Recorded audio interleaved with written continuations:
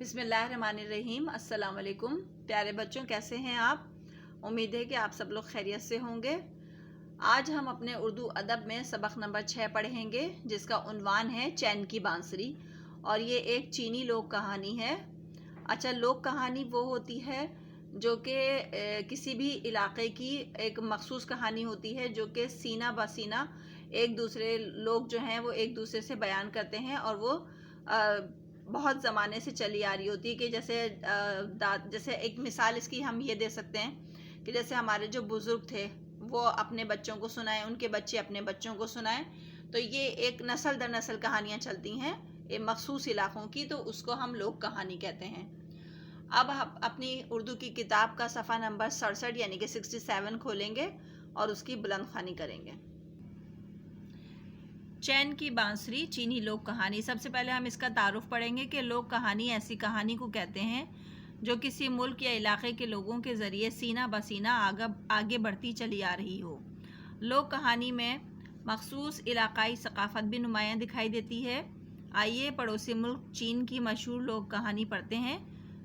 پرانے زمانے کی بات ہے کہ چن پوشن چوانچو شہر کا بے حد دولت مند آدمی تھا اور اپنے وقت کا بڑا سوداگر تھا۔ اس کے پاس بے حد دولت تھی۔ دولت مند ہونے کے ساتھ ساتھ نیک دل عقل مند بھی تھا۔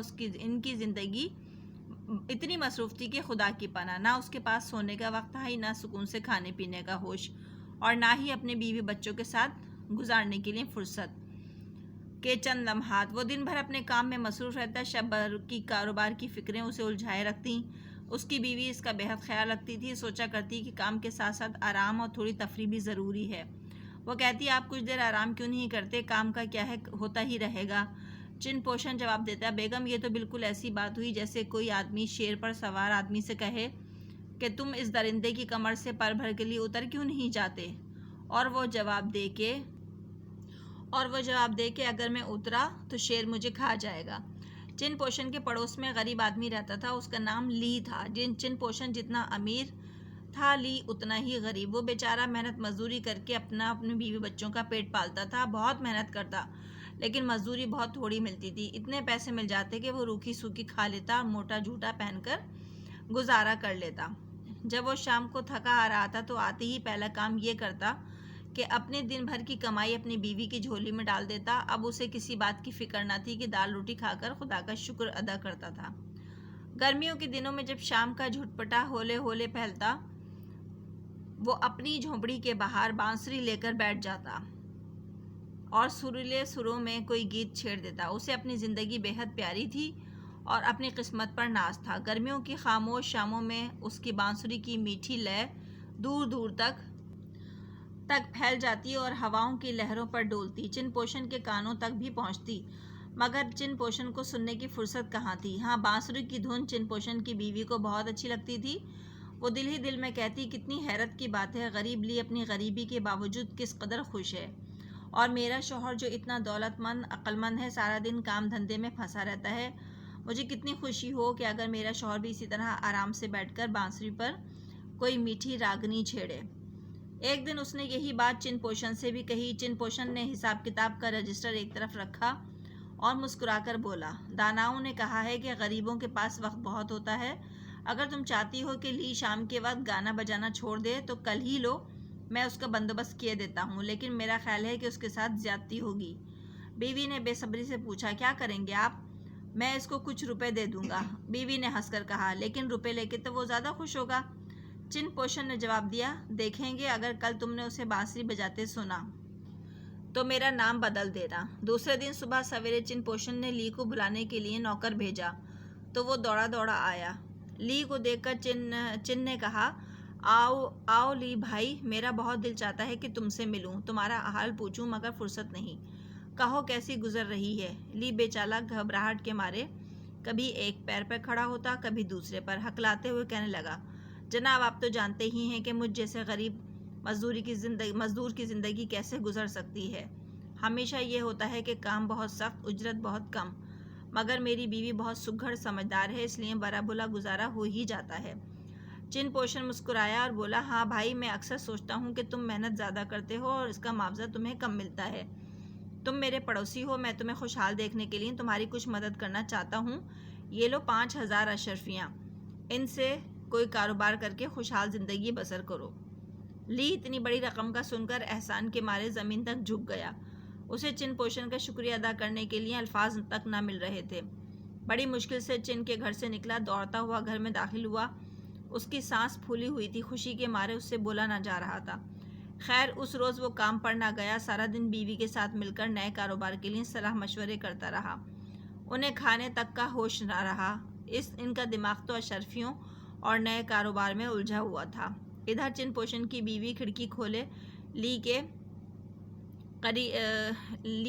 کے سریلے نغموں کی منتظر تھی، مگر ہولے ہولے شام سیاہ رات میں بدل گئی۔ نغمہ تو کیا، بانسری کا ایک سر بھی نہ سنائی نہ دیا۔ وہ بھاگی ہوئی شوہر کے پاس گئی اور کہا، واقعی آپ ٹھیک کہتے تھے، دولت نے لی کی بانسری کے سر چرا لیے ہیں۔ ادھر نیند لی کی آنکھوں سے کوسوں دور تھی۔ اس کی جاگتی آنکھوں میں یا تو مستقبل کے سہانے خواب تھے یا نیند سے بوجھل پلکوں پر اشرفیوں کے چوری ہونے کے اندیشے۔ وہ رات بھر کروٹیں بدلتا رہا، صبح اٹھا تو سیدھا اس جگہ گیا جہاں اشرفیاں رکھی تھیں، یہ تسلی کے لیے کہ وہاں وہ موجود بھی ہیں یا نہیں۔ اگلے 2 دن 2 راتیں دونوں میاں بیوی کی اسی فکر میں گزری کہ اس رقم سے کون سا کاروبار شروع کریں۔ تیسری رات بھی جب لی اپنے بستر پہ لیٹا تو بے چین تھا۔ اس وقت خوش قسمتی کا فرشتہ لی کے پاس آیا اور بولا، دولت وبال جان ہے، اگر تم اس بات کو سمجھ جاؤ تو تمہاری پریشانی دور ہو جائے گی۔ اس کی سمجھ میں یہ بات آ گئی، اس کا ذہن صاف ہو گیا اور وہ اطمینان کی نیند سو گیا۔ دوسرے دن صبح سویرے لی چن پوشن کے گھر پہنچا۔ چن پوشن نے چونک کر کہا، آؤ لی بھائی، کہو کس کاروبار کا فیصلہ کیا؟ لی نے چہکتے ہوئے کہا، ہاں میں نے فیصلہ کر لیا ہے، میں آپ کو آپ کی اشرفیاں واپس لوٹانے آیا ہوں، میں اس مہربانی کے لیے آپ کا شکر گزار ہوں۔ یہ کہہ کر اس نے اشرفیوں کی تھیلی چن پوشن کے سامنے رکھی اور تیزی سے باہر نکل گیا۔ اس روز لی نے بڑی محنت سے مزدوری کی، اور اس شام پہلے کی طرح اس کی سریلی بانسری کی آواز فضا میں گونجی، ہوا کے کندھوں پر باغ سے ہوتی ہوئی بڑی حویلی پہنچی۔ چن پوشن کی بیوی کی آنکھوں میں آنسو آ گئے اور رجسٹر کے حساب کتاب میں مگن چن پوشن بھی اس آواز کو سن کر لمحہ بھر رکا اور پھر اس کے لبوں پر پھیکی سی مسکراہٹ پھیل گئی۔ یعنی کہ دولت جو ہوتی ہے نا، بہت زیادہ دولت انسان کو جو ہے نا وہ بہت زیادہ مصروف رکھتی ہے، اور وہ مزید دولت کمانے میں لگ جاتا ہے۔ اس طرح سے وہ جیسے اپنی فیملی کو وقت نہیں دے پاتا، اور ایک غریب آدمی جو ہے وہ اس کو، کیونکہ اس کے پاس دولت نہیں ہوتی، اس کو یہ ڈر نہیں ہوتا کہ کوئی دولت چھین لے گا، چرا لے گا، تو وہ بہت سکون سے اپنے بیوی بچوں کے ساتھ وقت گزارتا ہے۔ اس کہانی میں ہمیں یہ سبق ملا ہے کہ چن پوشن جو تھا وہ بہت زیادہ دولت کمانے میں لگا ہوا تھا، اس وجہ سے وہ اپنی فیملی کے ساتھ وقت نہیں گزار پاتا تھا، اور اس نے یہی چیز جو ہے اس نے لی کے ساتھ بھی کرنی چاہی تھی، لیکن لی نے اس کو واپس کر دی، اور اس کو یہ سمجھ میں آ گیا کہ دولت جو ہے وہ ایک وبال جان ہے۔ اب ہم سوال جواب کی طرف آتے ہیں۔ سب سے پہلے آپ اپنی اردو کی کاپی میں ٹائٹل پیج بنائیں گے، چین کی بانسری، اس کے بعد الفاظ معنی کے ہیڈنگ لکھیں گے۔ سب سے پہلے الفاظ ہے سینہ بسینہ، اس کے معنی ہیں وہ بات جو ایک خاندان میں بڑوں کی زبانی چھوٹوں کو منتقل ہوتی ہے۔ نمبر 2 پہ ہے ثقافت یعنی کہ تہذیب۔ نمبر 3 پہ ہے تلفظ یعنی لہجہ۔ نمبر 4 پہ ہے شب رات۔ نمبر 5 پہ ہے ناز یعنی کہ غرور۔ نمبر 6 پہ ہے لے دھن۔ نمبر 7 ہے اجرت مزدوری، کام کا معاوضہ۔ نمبر 8 پہ ہے صلاح مشورہ، دوسروں سے پوچھ کر عمل کرنا۔ نمبر 9 ہے وبال جان، جان کا عذاب۔ نمبر 10 ہے مگن یعنی کہ مصروف۔ پھر اس کے بعد ہے سوال نمبر 2 کے دیے گئے الفاظ کو اپنے جملوں میں استعمال کیجیے۔ نمبر 1 ہے شکر ادا۔ نمبر 2 ہے قسمت۔ نمبر 3 ہے فرصت، عقل مند، اور آخر میں نمبر 5 ہے بے صبری۔ ان سب کے آپ جملے بنائیں گے بہت اچھے۔ اب نیچے آ جائیے سوال جواب پہ۔ آپ اپنی کاپی میں ہیڈنگ ڈال کے سوال جواب کریں گے۔ پہلا سوال ہے لوک کہانی کسے کہتے ہیں؟ لوک کہانی ایک ایسی کہانی کو کہتے ہیں جو کسی ملک یا علاقے کے لوگوں میں سینہ بسینہ آگے بڑھتی چلی آ رہی ہو۔ لوک کہانی میں مخصوص علاقائی ثقافت بھی نمایاں دکھائی دیتی ہے۔ سوال نمبر 2 ہے کہ چن پوشن کون تھا؟ اس کو جواب لکھیں گے کہ چن پوشن اپنے شہر کا دولت مند آدمی اور اپنے وقت کا سب سے بڑا سوداگر تھا۔ دن رات اپنے کام میں مصروف رہتا تھا۔ دولت مند ہونے کے ساتھ ساتھ وہ نیک اور عقل مند بھی تھا۔ سوال نمبر 3 ہے کہ جب چن پوشن کی بیوی اسے آرام کے لیے کہتی تو وہ کیا جواب دیتا تھا؟ اس کا جواب ہوگا کہ جب اس کی بیوی اسے آرام کا کہتی تو وہ چن پوشن جواب دیتا کہ بیگم یہ تو بالکل ایسی بات ہوئی جیسے کوئی آدمی شیر پر سوار آدمی سے کہے کہ تم اس درندے کی کمر سے پر بھر اتر کیوں نہیں جاتے، اور وہ جواب دے کہ اگر میں اترا تو شیر مجھے کھا جائے گا۔ اس کے بعد سوال نمبر 4 ہے کہ لی کون تھا؟ جواب لکھیں گے کہ لی ایک غریب آدمی تھا جو چن پوشن کے پڑوس میں رہتا تھا۔ وہ بیچارہ دن بھر محنت مزدوری کر کے اپنی بیوی بچوں کا پیٹ پالتا تھا۔ سوال نمبر 5 ہے کہ لی غریب ہونے کے باوجود اپنی قسمت پر کیوں ناز کرتا تھا؟ اس کا جواب ہے کہ لی کے دل میں کوئی لالچ نہ تھا۔ محنت مزدوری سے اسے جو پیسے مل جاتے وہ بیوی کو دے دیتا اور شام کے وقت اپنی جھونپڑی کے باہر بانسری لے کر بیٹھ جاتا اور سریلے سروں میں کوئی گیت چھیڑ دیتا۔ اسے اپنی زندگی بہت پیاری تھی اور اس پر ناز کرتا تھا۔ سوال نمبر 6 ہے کہ چن پوشن نے لی کو کتنی رقم دی تھی اور کیوں؟ جواب لکھیں گے کہ چن پوشن نے لی کو 5000 اشرفیاں دی تھیں۔ اس کی وجہ یہ تھی کہ وہ اپنی بیوی پر ثابت کرنا چاہتا تھا کہ انسان کے پاس اگر ضرورت جتنا ہو تو وہ خوش رہتا ہے، اور اگر زیادہ پیسہ یا دولت آ جائے تو وہ اس کی حفاظت اور زیادہ دولت کمانے کی دھن میں پریشان ہو جاتا ہے۔ سوال نمبر 7 ہے کہ تیسری رات لی کے پاس کون آیا اور اس نے کیا کہا؟ جواب ہے کہ تیسری رات لی کے پاس خوش قسمتی کا فرشتہ آیا اور اس نے کہا کہ دولت وبال جان ہے، اگر تم اس بات کو سمجھ جاؤ تو تمہاری پریشانی دور ہو جائے گی۔ سوال نمبر 8 تھا کہ فرشتے کی بات کا لی پر کیا اثر ہوا اور دوسرے دن اس نے کیا کیا؟ جواب لکھیں گے کہ لی نے فرشتے کی بات سمجھ لی اور دوسرے دن صبح سویرے چن پوشن کے گھر جا کر اس کی اشرفیاں اسے واپس کر دیں اور خوشی خوشی باہر نکل گیا۔ خالی جگہ پر کریں۔ نمبر 1 ہے کہ چن پوشن ڈیش شہر میں رہتا تھا۔ اس ڈیش میں آپ لکھیں گے چوانچو شہر میں۔ نمبر 2 محنت مزدوری سے لی کو بس اتنے پیسے مل جاتے کہ وہ ڈیش کھا لیتا اور موٹا جھوٹا پہن لیتا۔ اس ڈیش میں آپ روکھی سوکھی لکھیں گے۔ نمبر 3 ہے چن پوشن کی بیوی چاہتی تھی کہ اس کا شوہر بھی آرام سے بیٹھ کر بانسری پر کوئی میٹھی ڈیش چھیڑے۔ میٹھی ڈیش میں لکھیں گے راگنی۔ نمبر 4 ہے کہ ڈیش نے کہا کہ غریبوں کے پاس وقت بہت ہوتا ہے۔ ڈیش میں داناؤں نے لکھیں گے۔ نمبر 5 ہے لی کی بیوی بہت ڈیش اور ڈیش تھی، سگھڑ اور سمجھدار تھی۔ اگلے صفحے پہ آپ صحیح اور غلط لکھیں گے۔ نمبر 1 ہے چن پوشن دوستوں اور مشغلوں میں وقت برباد کرتا تھا۔ اس کے آگے آپ بریکٹ میں لکھیں گے غلط ہے۔ نمبر 2 ہے کہ چن پوشن نے اپنی بیوی سے کہا کہ اگر دوسرے دن لی نے بانسری بجائی تو وہ چن پوشن کا نام بدل دے گا، یہ صحیح ہے۔ نمبر 3 ہے چن پوشن نے لی کو 5000 درہم دیے، یہ غلط ہے۔ نمبر 4 پہ ہے دوسری رات چن پوشن نے بانسری نہیں بجائی، صحیح۔ نمبر 5 ہے فرشتے نے کہا دولت جان کا وبال ہے، یہ بھی صحیح ہے۔